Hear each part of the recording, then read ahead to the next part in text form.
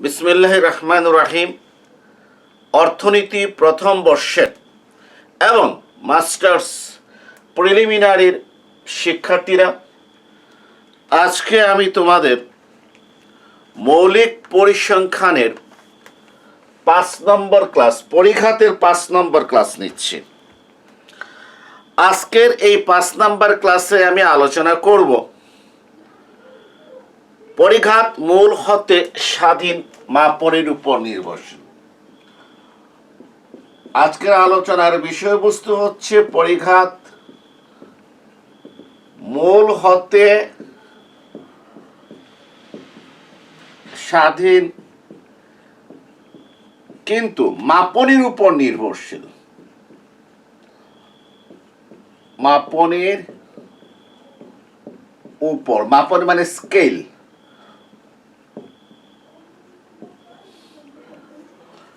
ঠিক আছে, মূল হতে স্বাধীন আর মাপনের উপর নির্ভরশীল, এটি প্রমাণ করব। এখন আসো, যদি তুমি বলতে পারে যে স্যার, যদি বলে আমাকে দ্বিতীয় পরিঘাত মূল হতে স্বাধীন মাপনের উপর নির্ভরশীল, আমি কিভাবে করব? আগে আমি এটা করে ফেলি। এটা করে ফেললে তুমি দ্বিতীয় পরিঘাত যদি প্রশ্ন বলে, অথবা প্রশ্ন যদি তৃতীয় বা চতুর্থ পরিঘাত বলে, তাহলে সেটার আনসার তুমি দিতে পারবে। আর একটা কথা বলে রাখি, আসলে পরিঘাত মূল হতে স্বাধীন মাপনের উপর নির্ভরশীল এই প্রশ্নের উত্তর দেয়া হয়ে গিয়েছে, ইতিপূর্বে 2 বার আলোচনা হয়ে গেছে। কিভাবে? দেখো, আমরা যখন কেন্দ্রীয় প্রবণতা পড়েছিলাম, তখন গাণিতিক গড় মূল হতে স্বাধীন না, গাণিতিক গড় মূল এবং মাপনের উপর নির্ভরশীল।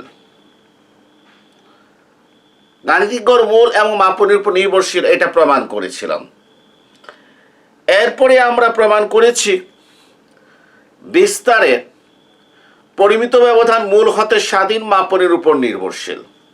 আজকে পরিঘাতে তাহলে গাণিতিক গড়ে যে পদ্ধতিতে কাজ করেছিলাম,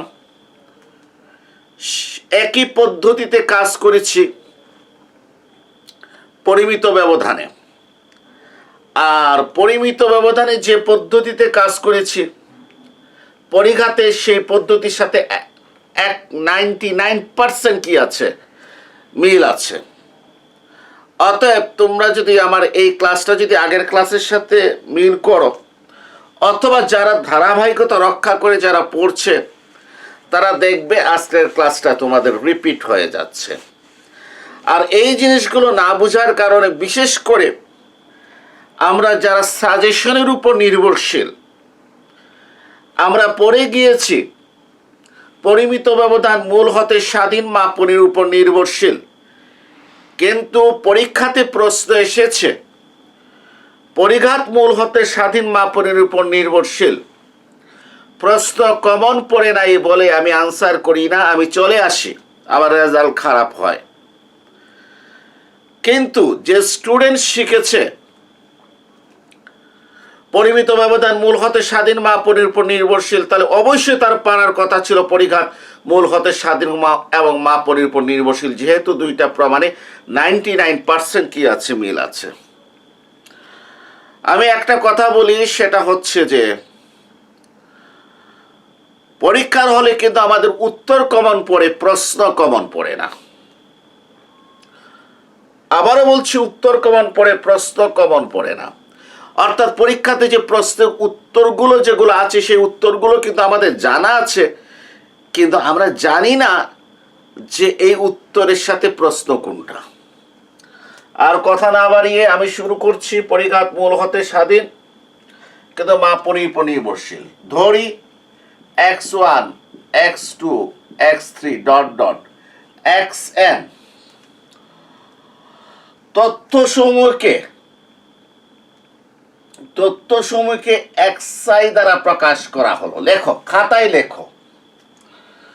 ধরি x1 x2 x3 dot dot dot xn তথ্যসমূহকে xi প্রতীক দ্বারা প্রকাশ করা হলো। এর মানে কি? আই যদি 1 হয় x1 তথ্য, আই যদি 2 হয় x2 তথ্য, n হলে xn তথ্য। তাহলে স্টার্টিং এ কি লিখবে? x1 x2 x3 dot dot xn তথ্য সমূহকে xi প্রতীক দ্বারা প্রকাশ করা হলো এবং এদের গাণিতিক গড় হলো x বার এবং এদের গাণিতিক গড় হলো x বার। লেখা শেষ। পরের লাইনে লেখো বা পরের ইয়েতে লেখো যে এখন x চলকের পরিঘাত হলো mu r equal to x চলকের পরিঘাত মিউ আর x দিলাম, মানে x চলকের পরিঘাত মিউ আর x চলকের পরিঘাত হলো summation xi minus x bar whole to the power r by n dot dot কয় নাম্বার? 1 নাম্বার। এখন x চলকের পরিঘাত হলো মিউ আর, ব্র্যাকেটে x দিয়েছি, summation xi minus x bar whole to the power r by n। এখানে ব্র্যাকেটে x না দিলেও চলে, আমি দিয়েছি যাতে তোমাদের বুঝতে সুবিধা হয়, যথাসময়ে বুঝতে পারবে। আমি কিন্তু একটু চালাকি করেছি, সেটা হচ্ছে আমি সূত্র হিসাবে summation fi xi minus x bar whole to the power n লিখতে পারতাম, আমি fi লিখি নাই, ফ্রিকোয়েন্সি লিখি নাই। অর্থাৎ আমি ধরে নিয়েছি যে তথ্যগুলো দেয়া আছে এই তথ্যগুলোর বিপরীতে গণসংখ্যা নেই, অর্থাৎ x1 এর বিপরীতে তার গণসংখ্যা f1 নেই। এর মানে x1 তথ্য হচ্ছে একবার। যেমন একটা উদাহরণ দেই, মনে করো একজন x1 হচ্ছে পরীক্ষাতে 64 নাম্বার পাওয়া, f1 এর জায়গায় যদি 5 হয় তাহলে এই x1 64 নাম্বার পেয়েছে, ফ্রিকোয়েন্সি f1 কত? 5 জন। আর যদি আমরা ফ্রিকোয়েন্সি না লিখি তাহলে বুঝবো 64 নাম্বার একজন পেয়েছে। ফ্রিকোয়েন্সি না থাকলে সূত্রে fi লেখার কোনো প্রয়োজন নাই।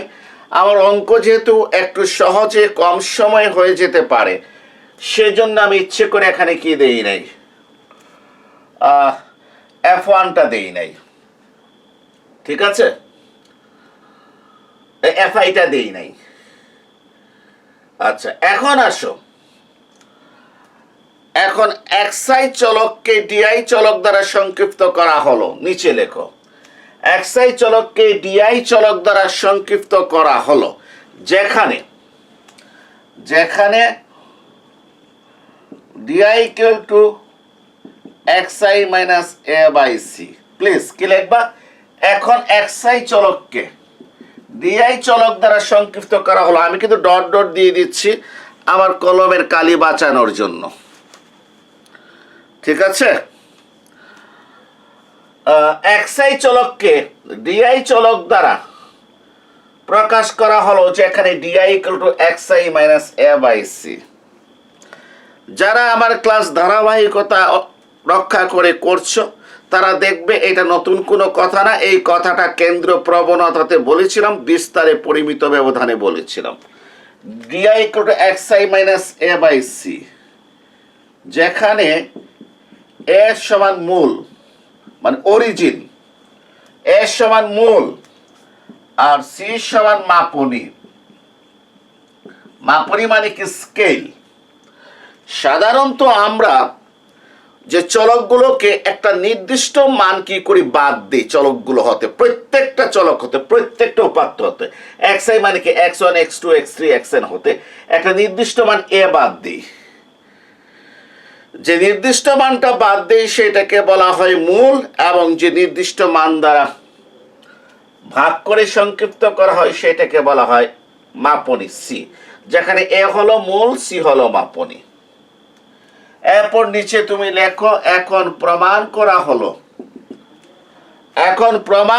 হলো পরিঘাত মূল হতে স্বাধীন, মাপনীর উপর নির্ভরশীল। এখন লেখো এখন প্রমাণ করা হলো পরিঘাত মূল হতে স্বাধীন এবং মাপনীর উপর নির্ভরশীল। এই কথা লিখে তুমি লেখো আবার,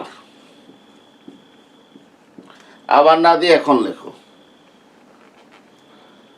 ওই এখন তো বলেছি, তাহলে আবার লেখো। D i equal to x I minus a by c. এখান থেকে আমাদেরকে কাজ শুরু করতে হবে। টার্গেট বলে দিচ্ছি, এখান থেকে আমরা বার করব এক্স আই এর মান, বের করে এটা দেব 2 নাম্বার। এই যে এখানে তো এটা 1 নাম্বার এক্স আই এর মান। এরপরে বের করব এক্স বারের মান, এটা দেব কয় নাম্বার? 3 নাম্বার। আমি এর আগেও কি করেছি, এখান থেকে এক্স এর মান বের করেছি আর এক্স বারের মান বের করেছি। কেন বের করেছি মনে রাখার সুবিধার্থে বলছি। আমার যে পরিমিত কি পরিঘাতের যে কি আছে সূত্র আছে, এখানে এক্স আই আছে আর এক্স বার আছে, এই জন্য আমি এখান থেকে এক্স আই আর এক্স বারের মান বের করব। প্লিজ দেখো, আর গুণন করি যদি ডিআই নিচে কত আছে? একটা 1 আছে। এই 1 আর এক্স আই মাইনাস এ গুণ দিলে কি হবে? X I minus a. D i আর সি গুণ দিলে কত হবে? C d i. এটা আমরা লিখি না, না লিখলেও বোঝা যায় ডিআই এর নিচে একটা 1 আছে, এটা গুণ দিলে x I minus a equal to c d i. এরপরে এটাকে ডান দিকে নিয়ে গেলাম, এক্স আই ইকুয়াল টু মাইনাসে ডানে গেলে চিহ্ন পরিবর্তন হয়, এ হবে। আমরা জানি মাইনাস চিহ্ন ডানে গেলে প্লাস হয়, প্লাস চিহ্ন ডানে গেলে মাইনাস হয়। মাইনাসে ডানে গিয়েছে, প্লাস এ হয়েছে। আর এই সি ডিআই এর আগে কোন চিহ্ন? প্লাস। কোনো কিছু না লিখলে চিহ্ন কি বোঝায়? কোনো কিছু না লিখলে চিহ্ন প্লাস বোঝায়। সি ডিআই ডট ডট দিয়ে কয় নাম্বার? 2 নাম্বার এক্স এর মান বের করেছি, আমি এখানে বসিয়ে দেব। এখন তুমি লেখো উভয় পক্ষের সামেশন নিয়ে পাওয়া যায়। উভয় পক্ষের সামেশন নিয়ে পাওয়া যায়, ঠিক আছে। এর আগে কিন্তু যখন আমি আগের অঙ্কগুলোতে ফ্রিকোয়েন্সি ইউজ করেছিলাম, তখন বলেছিলাম উভয় পক্ষে এফআই দ্বারা গুণ করে পাওয়া যায়। যেহেতু আমি ফ্রিকোয়েন্সি ব্যবহার করছি না, কেউ যদি ফ্রিকোয়েন্সি ব্যবহার করে এই প্রমাণটা করতে চাও তাহলে করতে পারো, কোনো অসুবিধা নাই। তাহলে এখানে বলবা যে গণসংখ্যা এফআই দ্বারা গুণ করে পাওয়া যায়। ঠিক আগের নিয়মে করবা, দেখে দেখে করে দেওয়া আছে, ওইটা ফলো করবা। উভয় পক্ষে সামেশন নিয়ে পাওয়া যায়। যদি ফ্রিকোয়েন্সি আগে নিতাম, ফ্রিকোয়েন্সি নেওয়ার পর সামেশন নিতাম, ঠিক আছে। সামেশন এক্স আই সমান সামেশন এ প্লাস সামেশন সি ডিআই। আমি উভয় পক্ষে কি করেছি? সামেশন নিয়েছি। আশা করি বুঝতে পেরেছ। এরপরে দেখো যে সামেশন এক্স আই লিখলাম, আর এই যে সামেশন এ যে কথা, এন এ কি কথা, প্লাস সামেশন সি ডিআই, সিটা সামেশনের আগে আসবে, সি সামেশন ডিআই। দেখো এই কথাগুলো বলতে বলতে কিন্তু আমার মুখে ব্যথা হয়ে গিয়েছে। এই কথাগুলো বলেছিলাম কেন্দ্রীয় প্রবণতার সম্ভবত 1 নাম্বার ক্লাসে। আর যদি 1 নাম্বার ক্লাসে না পাও তাহলে 2 নাম্বার ক্লাসে পাবে। কারণ আমি যখন তোমাদের এই যে মৌলিক পরিসংখ্যানের ক্লাসটা শুরু করেছি, একসাথে সবগুলো ক্লাস এখানে দেয়া আছে ইয়ার ভিত্তিক। আমি যখন এটা শুরু করেছি তখন কিন্তু আমি 1 নাম্বার 2 নাম্বার 3 নাম্বার ক্লাসে অনেক বেসিক আলোচনা করেছি। সম্ভবত কথাটা 1 নাম্বার বা 2 নাম্বারে আছে। আর আমি বলেছিলাম আমার পুরো কোর্সে এই কথাটা আমার বলা লাগবে। যদি তোমরা মনে রাখো তাহলে পরিসংখ্যান তোমাদের জন্য ইজি হবে। সেটা আমি বলেছিলাম যে সামেশন কনস্ট্যান্ট ইকুয়াল টু সমান n into constant. Summation constant into n into constant, এবং সেটা প্রমাণ করে দেখিয়েছিলাম। যারা প্রমাণ দেখতে চাও আবার ব্যাক করবা। তো সামেশন কনস্ট্যান্ট আমরা জানি এ হচ্ছে একটা স্থির মান, এ হচ্ছে মূল হচ্ছে একটা স্থির মান। এই জন্য সামেশন এ সমান আমি n a লিখতে পারি, যেহেতু সামেশন এ সমান n a।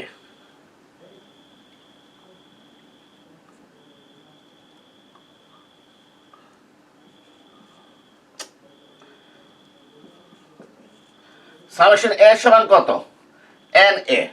এই যে সামেশন এ জায়গায় এন এ লিখেছি। আর আমি বলেছিলাম সামেশনের ভিতরে যদি কনস্ট্যান্ট থাকে এবং সেই কনস্ট্যান্ট যদি চলকের সাথে থাকে তাহলে এটি সহগ হবে। সহগ সামেশন চিহ্নের বাইরে চলে আসে, সি সামেশন চিহ্নের বাইরে চলে এসেছে। তাই অনেকের মনে প্রশ্ন জাগে, এ কে এন এ লিখলাম, তো সি কে কেন এন সি লিখলাম না? এও স্থির, সিও স্থির। স্যার এ এখানে কেবল স্থির, আর কেবল স্থির হলে কি লেখা হয়, n a, n into constant. আর স্থির সংখ্যা চলকের সাথে যুক্ত থাকলে ডিআইটা চলক, কারণ এখানে এক্সআই চলক, অতএব ডিআইও চলক, ডিআই চলক, ঠিক আছে। চলকের সাথে সি যুক্ত থাকার কারণে এটি সহগ হয়েছে, সামেশন চিহ্নের বাইরে চলে এসেছে। এখন উভয় পক্ষে এন দ্বারা ভাগ করে কি লিখবা, উভয় পক্ষে এন দ্বারা ভাগ করে। তো উভয় পক্ষে যদি এন দ্বারা ভাগ করি তাহলে সামেশন এক্স আই নিচে কত থাকবে, এন থাকবে। তারপর এন এর নিচে কত থাকবে, এন থাকবে। তারপর প্লাস সি সামেশন ডিআই নিচে কত থাকবে, এন থাকবে। আমি উভয় পক্ষে এন দ্বারা ভাগ করেছি, এই যে এন দেখেছো না, আমি উভয় পক্ষে এন দ্বারা ভাগ করেছি। আর আমার একটা টার্গেট আছে, আমি যখন এই এন দ্বারা বাম দিকে ডান দিকে ভাগ করব, সামেশন এক্স আই নিচে এন থাকবে, এন এর নিচে এন থাকবে, সি সামেশন ডি আই নিচে এন থাকবে। সুবিধা কি হবে, summation x i by n equal to x bar. আমরা গাণিতিক গণের সূত্র জানি, একেবারে প্রথম সূত্র যেটা, যদি ফ্রিকোয়েন্সি না থাকে তাহলে তথ্য সময়ের সমষ্টিকে মোট তথ্য সংখ্যা দ্বারা ভাগ করলে গাণিতিক গড় পাওয়া যায়। তাহলে আমি এটা কি লিখতে পারি, আমি এটা লিখতে পারি x bar equal to n আর এন কাটাকাটি এ প্লাস, এক কাজ করি summation d i by n into c, সিটাকে ডানে রাখলাম। Summation x i by n হচ্ছে এক্স বার, এন এন কাটাকাটি এ, আর সামেশন ডিআই বাই এনটা লিখলাম, আর সিটাকে কোথায় লিখলাম, ডান দিকে লিখলাম। এবং দেখো আমি কেন এন দ্বারা ভাগ করেছি, আমি জানি এন দ্বারা ভাগ করলে এক্স বার পাওয়া যাবে, এই যে এক্স বারটা পাওয়া যাবে। লাস্ট লাইন, সুতরাং x bar equal to a plus D bar c dot dot কয় নাম্বার, 3 নাম্বার।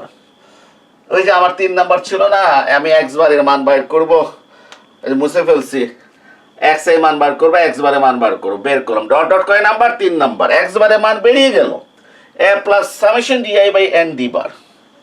প্রিয় শিক্ষার্থীরা, summation x i by n যদি এক্স বার হয় তাহলে সামেশন ডিআই বাই এন মানে কি, ডি বার। আবারও বলছি, সামেশন এক্স আই মানে এক্স এর সমষ্টিকে এন দ্বারা ভাগ করলে যদি এক্স বার হয় তাহলে ডিআই এর ডি এর সমষ্টিকে এন দ্বারা ভাগ করলে ডি বার হবে।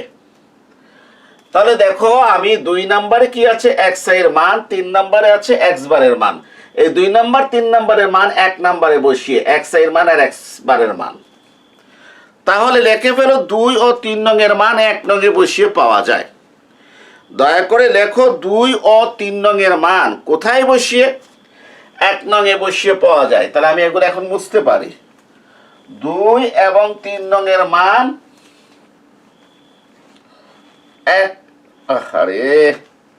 2 এবং 3 নং এর মান 1 নং এ বসিয়ে পাওয়া যায়, ঠিক আছে। 2 এবং 3 নং এর মান কোথায় বসিয়ে, 1 নং এ বসিয়ে পাওয়া যায়। তাহলে আমি লিখি এখন মানগুলো। 8তম পরিঘাত, মিউ আর মানে কি, 8তম পরিঘাত কোন চলকের, এক্স চলকের। বলেছিলাম এই ব্র্যাকেট না দিলেও চলে, দিচ্ছি একটু সুবিধার জন্য। মান বসাবো, সামেশন, একটা সেকেন্ড ব্র্যাকেট দিলাম, ফার্স্ট ব্র্যাকেট না দিয়ে সেকেন্ড ব্র্যাকেট দিয়েছি। কেন জানো, ওই এক্স বারের এখানে কি আছে, এ বার ডি বার সি আছে, আর আগে একটা মাইনাস আছে না, অর্থাৎ এক্স বারে মান বসানোর জন্য যেহেতু আগে মাইনাস আছে এই জন্য একটা ফার্স্ট ব্র্যাকেট দেবো, এই জন্য এখানে সেকেন্ড ব্র্যাকেট দিয়ে দিয়েছে আগে থেকেই।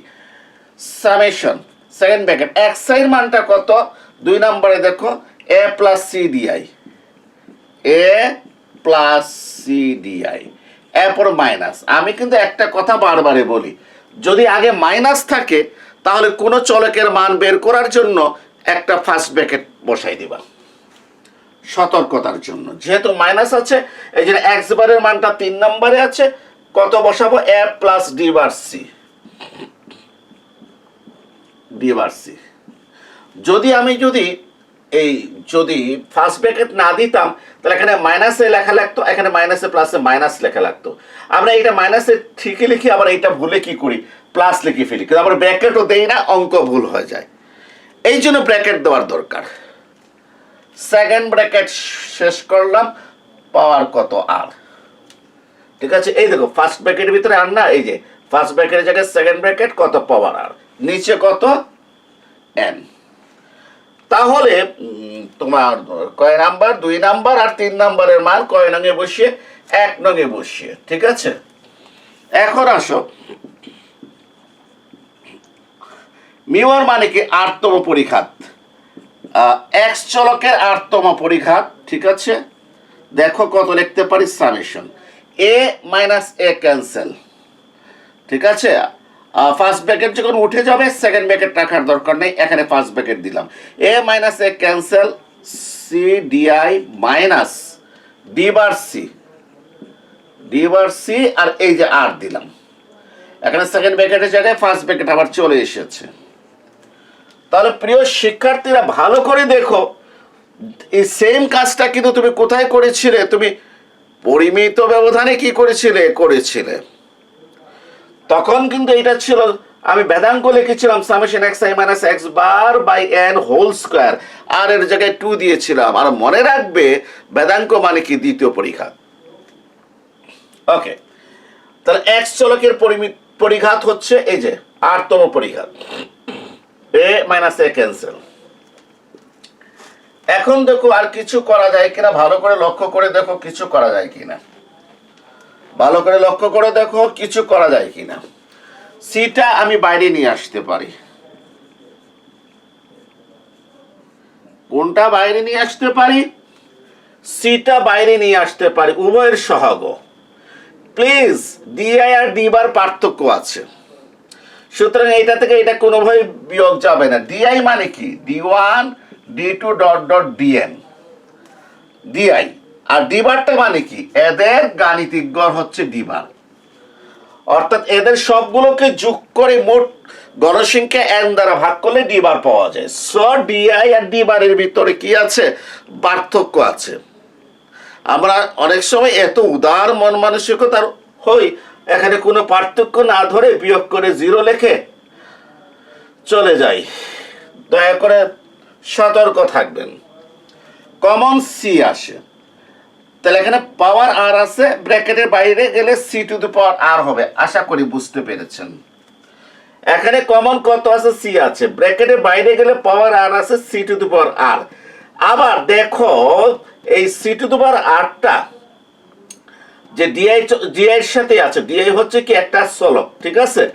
তো অতএব সি টু দি পাওয়ার আরটা সহগ, এটাকে একেবারে আমি কি করলাম, সামেশনের বাইরে নিয়ে আসলাম, D I minus D bar whole to the power R by N. একটু ভালো করে লক্ষ্য করো, একটু ভালো করে লক্ষ্য করো যে আমি কি কাজটা করেছি। আমি যে কাজটা করলাম সেটা হচ্ছে এই সিটাকে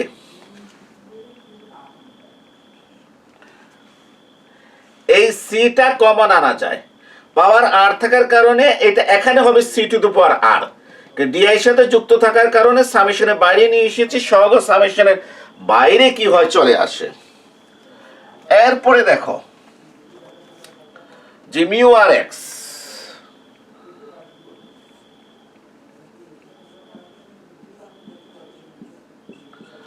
অর্থাৎ 8তম পরিঘাত, 8তম পরিঘাত মিউ আর এক্স, ঠিক আছে। এটাকে আমি এইভাবে লিখতে পারি,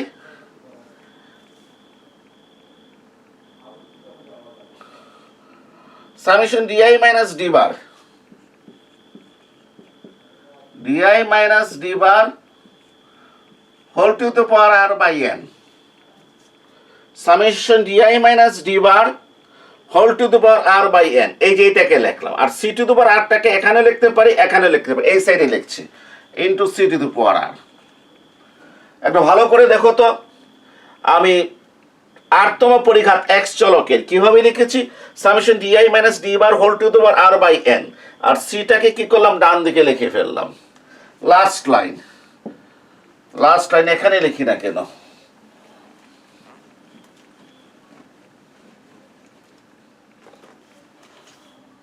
সুতরাং মিউ আর, সুতরাং কি, সুতরাং মিউ আর মানে আরতম পরিঘাত এক্স চলকের সমান summation DI minus D bar whole to the power R by n. এটাকে আমরা কি লিখতে পারি, আমরা আরতম পরিঘাত, আবার 4 লিখি, আরতম পরিঘাত ডি চলকের, এটা হচ্ছে আরতম পরিঘাত কি ডি চলকের, কথা কি বুঝতে পেরেছ, ইনটু কত সিআর। একটু বোঝার চেষ্টা করো, আমি summation DI minus D bar whole to the r by n, ঠিক আছে, এটা হচ্ছে আরতম পরিঘাত কোন চলকের, ডি চলকের। কারো যদি বুঝতে যদি অসুবিধা হয় তাহলে একটু দেখো যে আমার মিউ আর এক্স একেবারে প্রথমে কি লিখেছিলাম, summation x I minus x bar whole to the power R by n, ঠিক আছে, এইটা ছিল আমার মানে এক্স চলকের কি পরিঘাত। তাহলে summation x I minus x bar whole to the power R by n হচ্ছে এক্স চলকের পরিঘাত। তো সামেশন দেখো মিল আছে, এক্স এর জায়গায় ডিআই আছে, এক্স বারের জায়গায় ডি বার আছে, মাইনাস আছে, আর এর জায়গায় আর আছে, এন এর জায়গায় এন আছে। তো এইটা যদি এক্স চলকের যদি পরিঘাত হয় তাহলে এইটা কি হবে, এইটা হবে ডি চলকের পরিঘাত, এটা হবে কার পরিঘাত, ডি চলকের পরিঘাত, আর এটা into C to the power আর।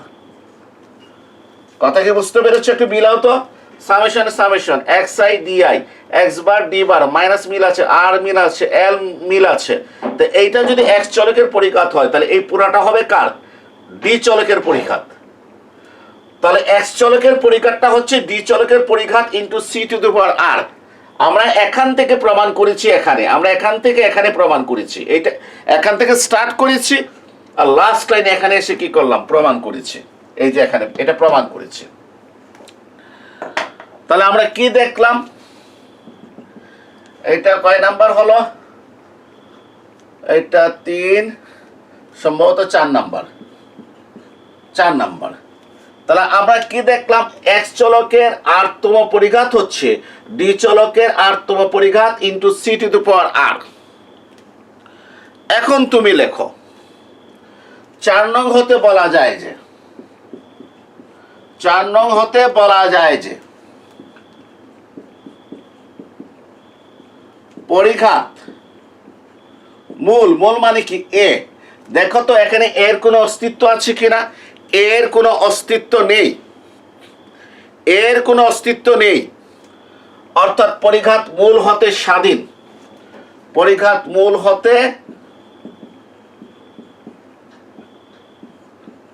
স্বাধীন, কিন্তু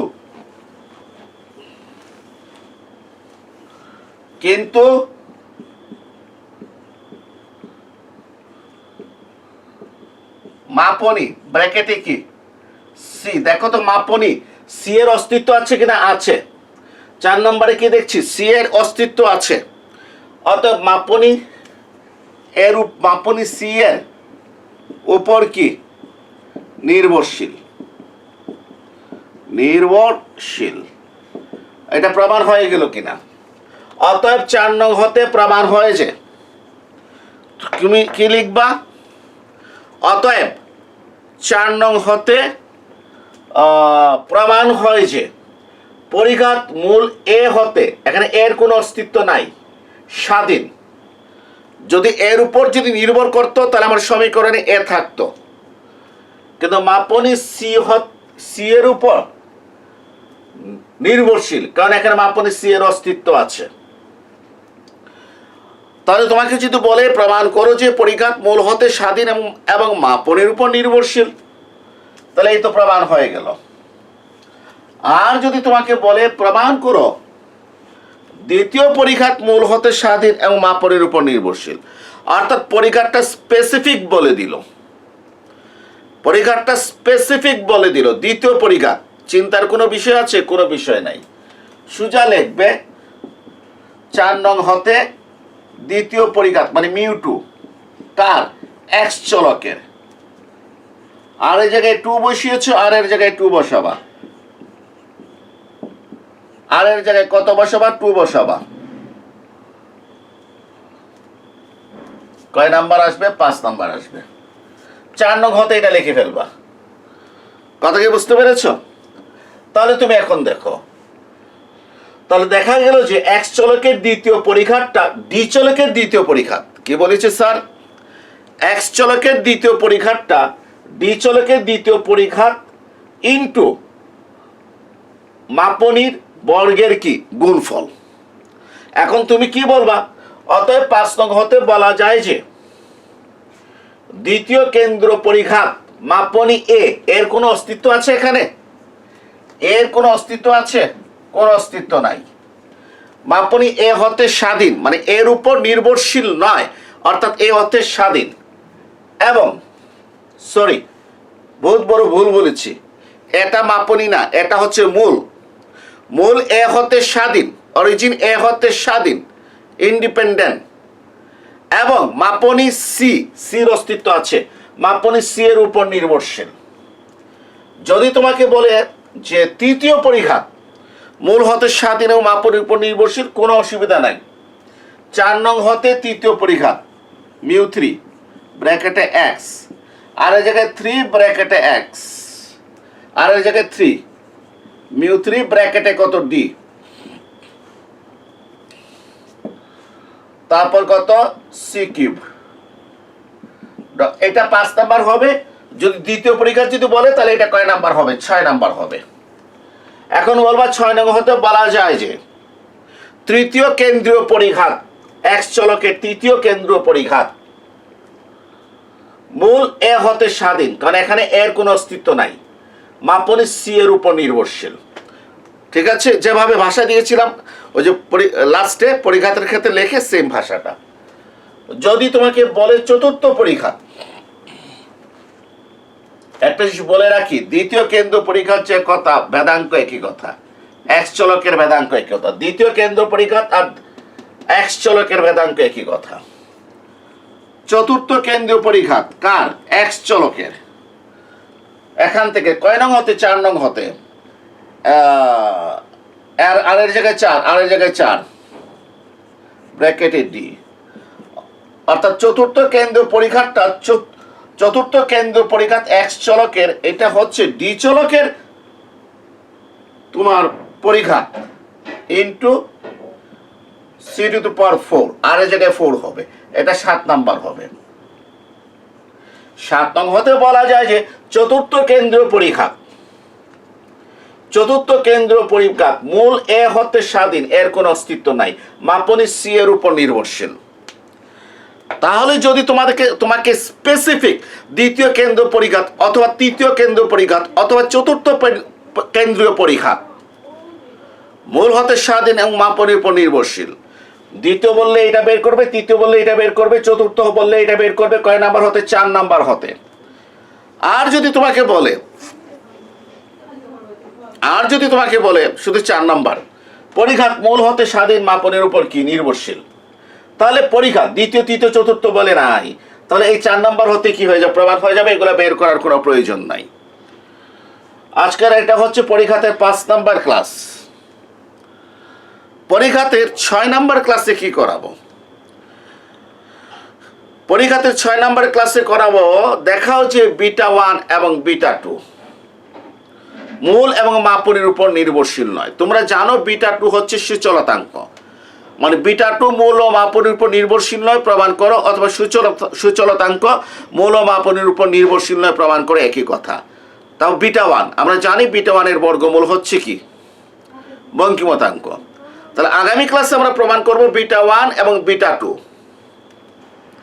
β1 এবং β2 মূল এবং মাপনের উপর নির্ভরশীল নয়। আজকের ক্লাসে দেখেছি পরিঘাত মূল হতে স্বাধীন আর মাপনের উপর নির্ভরশীল। আগামী ক্লাসে দেখাবো যে মূল মাপনী কারোর উপর নির্ভরশীল নয়, কে? বিটা 1 এবং বিটা 2। ওই প্রমাণের আমাদের 80% কাজ শেষ। কত পার্সেন্ট কাজ শেষ? 80% কাজ শেষ। অর্থাৎ ওইটা প্রমাণ করতে হলে আমাকে কি করতে হবে? এই μ2 μ3 μ4 এগুলা বের করতে হবে। μ2 μ3 μ4 এগুলা কি করতে হবে? আমাকে বের করতে হবে। আর পুরা এই প্রমাণটা করতে হবে। পুরা এই প্রমাণটা করে তারপর এগুলা বের করতে হবে। এরপরে আমি শুরু করব মূল হতে স্বাধীন, মূল এবং মাপনীর উপর নির্ভরশীল নয়, মানে উভয় হতে স্বাধীন। এর মানে গত প্রমাণে কিন্তু আমি এগুলার দেখাবো না, যেহেতু দেখানো হয়ে গেছে, কিন্তু পরীক্ষার হলে তোমাকে দেখাতে হবে। অর্থাৎ 80% শেষ, বাকি 20% আলোচনা করব।